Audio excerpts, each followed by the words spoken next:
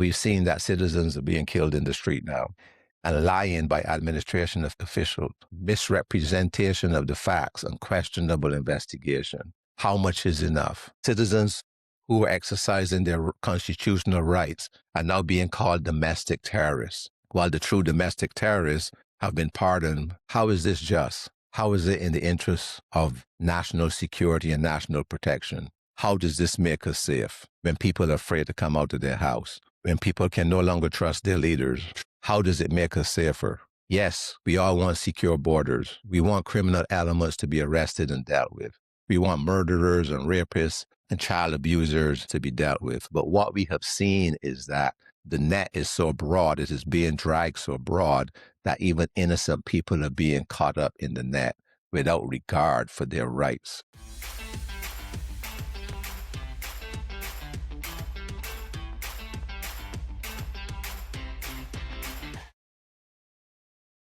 Today, I want to talk about a topic that's dear to my heart, and you've seen it in the news. It's now worldwide news. It's been here, there, everywhere, and on this podcast, I try to talk about issues that I believe affects people on a day-to-day basis around the world, because I understand that not everyone listens to this podcast who's in the United States. However, I believe there are things that affect all of us, no matter where we live, as we see things going on in the world, and some things become globally significant, regardless of what countries where the events are taking place. So today I want to talk to you about this topic of how much suffering and mistreatment of people is acceptable. We've seen on the news, we've seen the activities going on in the United States since the election of President Trump. We've seen the immigration and enforcement actions taking place around the country, beginning in places like Los Angeles, Washington, D.C., Portland, Oregon, Minnesota, and even as recently in Idaho. And what we are seeing is causing many of us to wonder, how can we stoop to this low level of treating each other in this way, in the name of power and privilege? Because let's face the fact, it is not about immigration enforcement. It is not about law and order.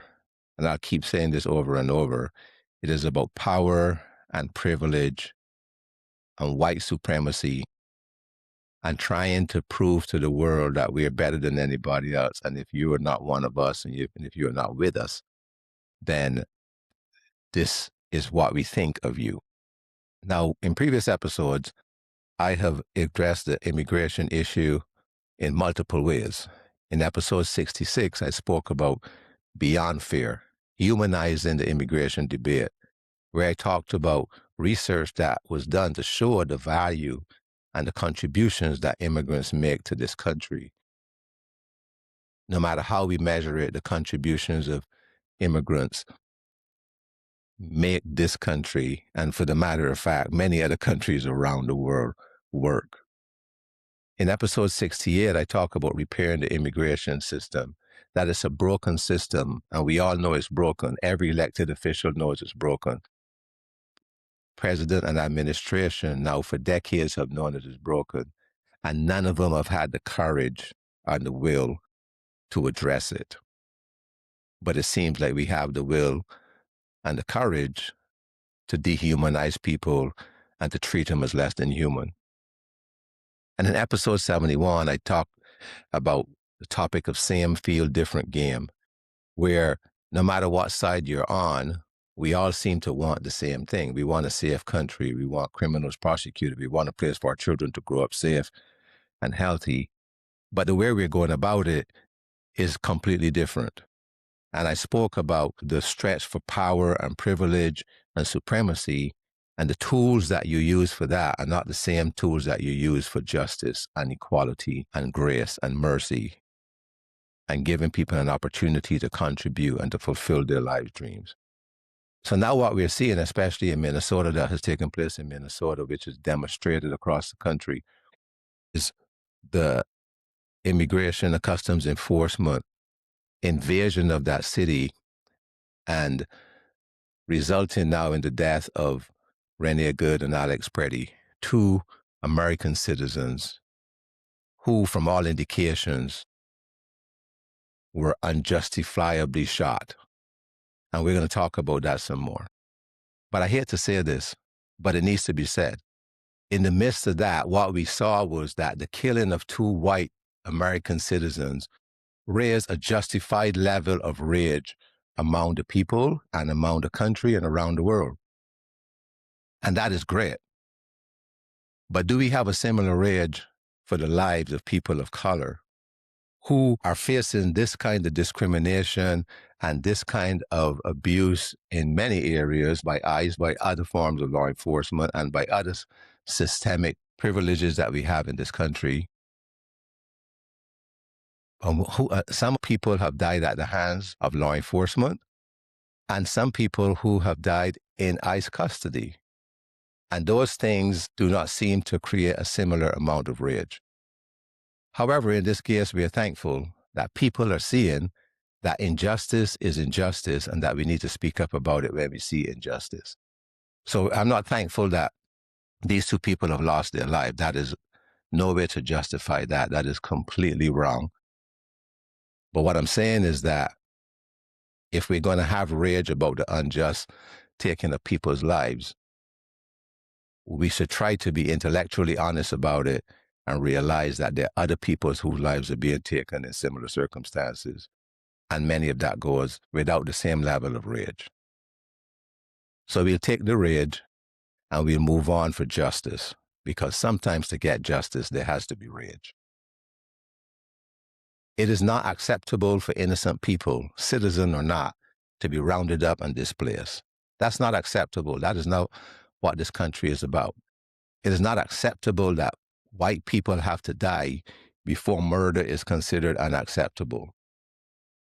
All people's lives should have value. It is not acceptable for political appointees to lie and to malign others for their personal gratification and hatred while supporting policies that are inhumane and unconstitutional.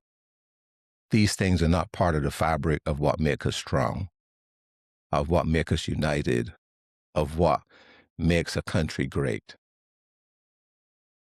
The dehumanizing of our citizens, the dehumanizing of our immigrants, taking advantage of the poor and people who are destitute, taking advantage of the vulnerable is not who we are. And we need to continue speaking up about it.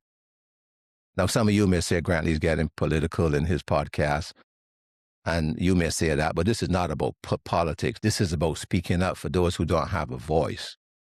This is about what it means to be a good citizen and what it means to be a good neighbor. Unfortunately, many things in our life and in our world today is framed in politics, but this is not about politics. This is about human dignity. This is not about getting criminals off the street, because the statistics for the action of ICE does not support that. Legal citizens and green card holders are also being detained. They're also being dragged out to their cars. They're also being raided. Many people with no criminal records have been arrested and deported to foreign countries. People have been hunted and stalked and raided, manhandled, some of them beaten, as we have seen by all these videos coming out of the cities, Los Angeles, Washington, D.C., Minneapolis, Minnesota. And they're being sent to foreign countries, not their own. If it was about deportation of people back to their countries, they should be being sent back to their countries. They're being sent to third countries that are not their own, where they have no connection, under the rules of foreign governments who want to enrich themselves off of the U.S. dollar that this administration is offering them to take these people into their country, and some of them into their prisons, so treating them as criminals in that country in exchange for U.S. dollars to prop up their own governments. People are being deprived of their rights to legal representation, and we know that is a foundational and a constitutional requirement in this country. People are being deprived of medical attention and medication. This has been verified by elected officials and state officials who have been to these detention centers and by the stories of detainers who have been released after they were court ordered to be released, and the stories from families about people who have been taken, who need medication, who need to be treated, people who get sick in these detention centers, like we have heard from some of the elected officials who are being given aspirin or ibuprofen instead of getting them the proper medical treatment. And we've seen that citizens are being killed in the street now, and lying by administration officials, misrepresentation of the facts, and questionable investigation. How much is enough? How much is enough? I say enough is enough, and it's time that we begin to hold our leaders accountable for supporting this kind of behavior. Citizens who are exercising their constitutional rights are now being called domestic terrorists, while the true domestic terrorists have been pardoned. How is this just? How is it in the interest of national security and national protection? How does this make us safe when people are afraid to come out of their house, when people can no longer trust their leaders, trust their law enforcement in many areas? And I understand that many local law enforcement are not conspirators with the ICE and the federal enforcement. So when I speak about those who are committing these actions against the citizens and the legal residents of this country. How does it make us safer? Yes, we all want secure borders. We want criminal elements to be arrested and dealt with. We want murderers and rapists and child abusers and all the terms that they're throwing around, yes, to be dealt with. But what we have seen is that the net is so broad, it is being dragged so broad that even innocent people are being caught up in the net without regard for their rights. This administration is making legally documented human beings and those with legally protected status into illegal immigrants, as they're calling them, by revoking their legal status and then saying that they're subject to deportation. They're literally creating their own field of operation. People who have been here legally and granted legal status, people who have had their green cards, people who have been protected by international law, have now had their legal status questioned and in some cases removed and are now being subject to deportation. This is not about politics. This is about human rights. This is about dignity and justice. If this makes sense to you and the things that we're talking about make sense to you and you want to support it, subscribe to this podcast here on YouTube and follow us on our audio channels on Apple Podcasts and Spotify and any of your favorite channels. We have about 12 different channels that our podcast is on. And share your comments and text directly with me from the audio podcast as well. I would love to hear your thoughts. And thank you for your support. Let's get back to the topic. And now most we have seen the social media depictions of President Obama and his wife as apes, clearly showing the true feelings of this administration towards people of color. It is the lowest form of racism, and there is no need for it, and it is unacceptable. But when you dehumanize people, and when you see yourself as being better than them, or you create the us-them scenarios where we are better than them and we have to get it all and they don't get any, when we start doing those kinds of things, we begin to excuse ourselves by doing those kinds of depictions and doing those kinds of form of hatred. And think about the kind of mind and the kind of person it takes to create something like that and post it and then justify it. So how do we respond? Well, one thing I would say is to look with open eyes. Don't be misled by the rhetoric. Don't be misled by the lies.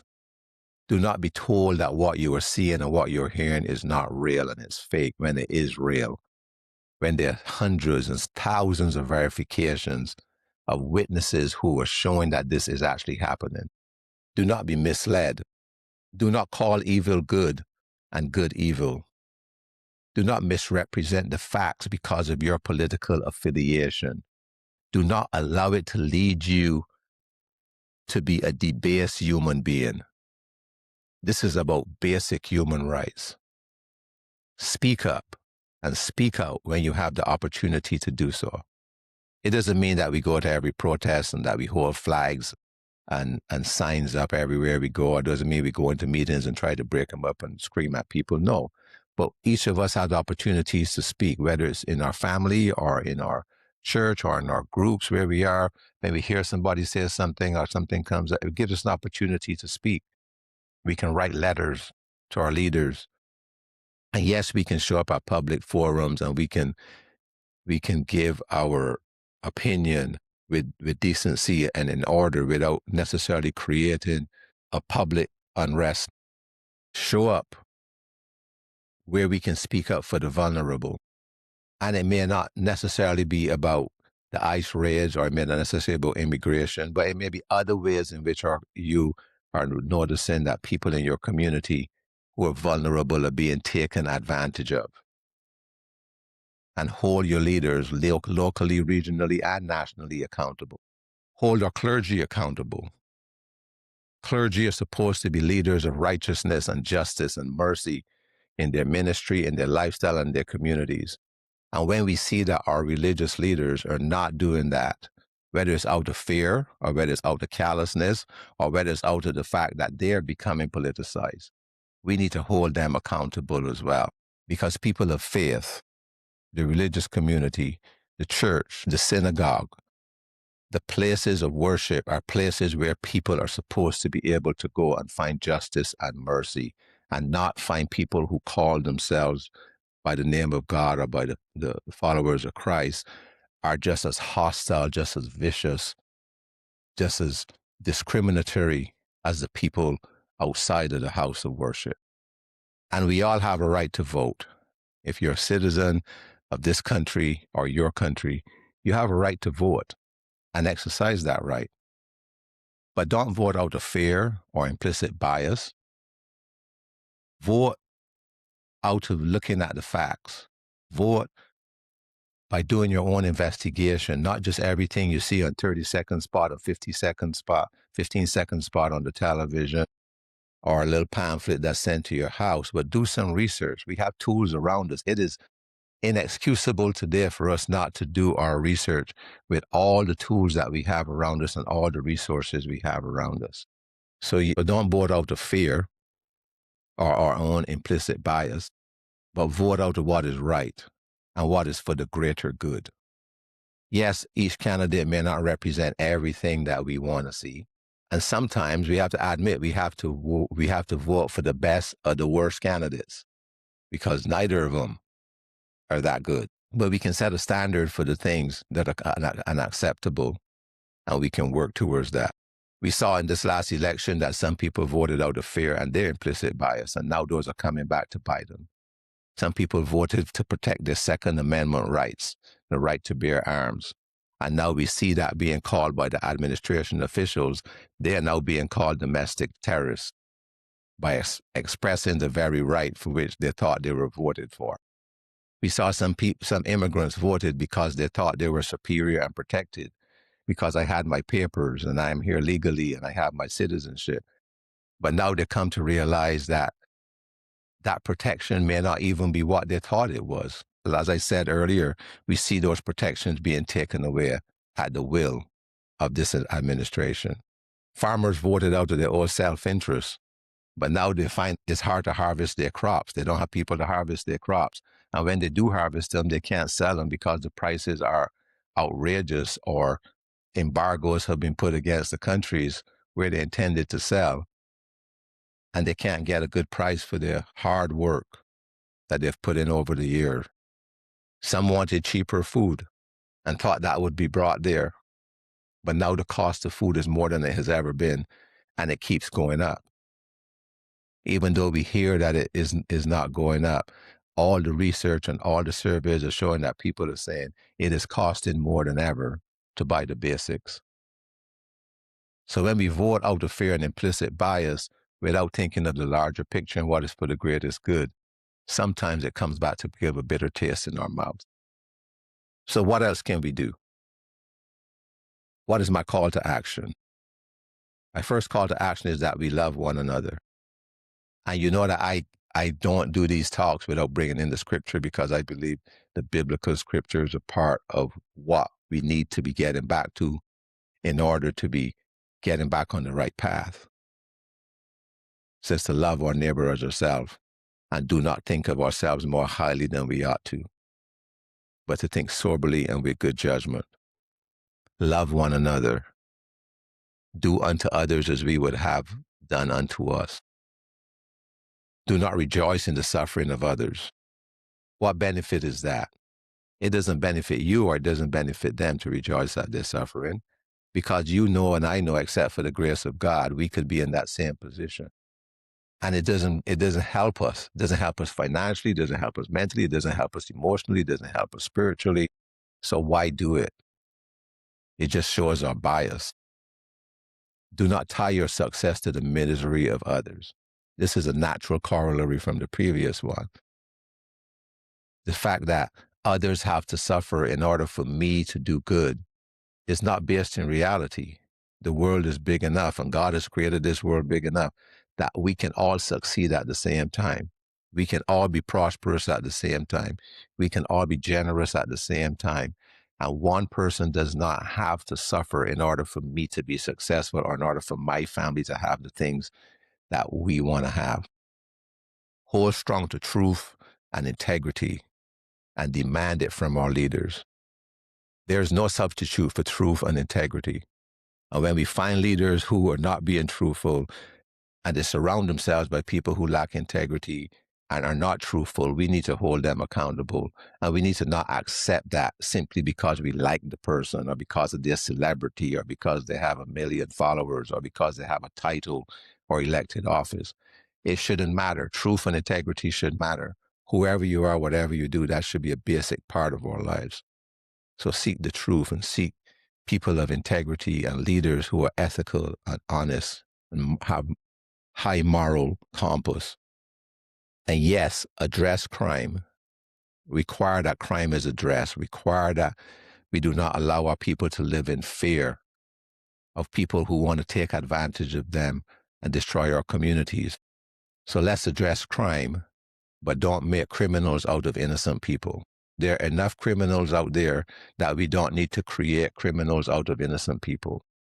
And if our immigration and customs enforcement officials want to address criminals and get them out of this country, they will have lots of our support. But they need to be more prescribed, they need to be more surgical, and they need to have respect for other people's rights. And they need to take off those masks. Because if you know what you're doing is right, you don't have to hide behind the mask. You should be able to stand firm like every other law enforcement officer and do your job with integrity without having to hide behind the mask. Resist trying to justify injustice for political expedience. Call it what it is. Injustice is an injustice. Violating human dignity and treating people as less than is injustice. Withholding justice from those to whom it is deserved is injustice. Call it what it is. And I'll end with this scriptural verse. If a leader pays attention to lies, all his officers will become wicked. That is from Proverbs chapter 29, verse 12. If a leader pays attention to lies, all his officers will become wicked. And we know from history that the book of Proverbs was written by a king, by a government official, by a person who was in leadership over millions of people. And he writes, if a leader pays attention to lies, all his officials will become wicked. And this, I believe, is what we're seeing. A leader who has paid attention to lies, and his officials have now demonstrated that in their wickedness. But I don't think it's too late. It is still time that we can turn this around. It is still time that we can get back to what is right, what is just, what is pure, what is lovely, what is of good report. It is still time that we can make justice and mercy and grace be the principles on which we operate. And it's still time that we can practice loving each other as ourselves. So share this episode with your friends, your family, and let me know what you think.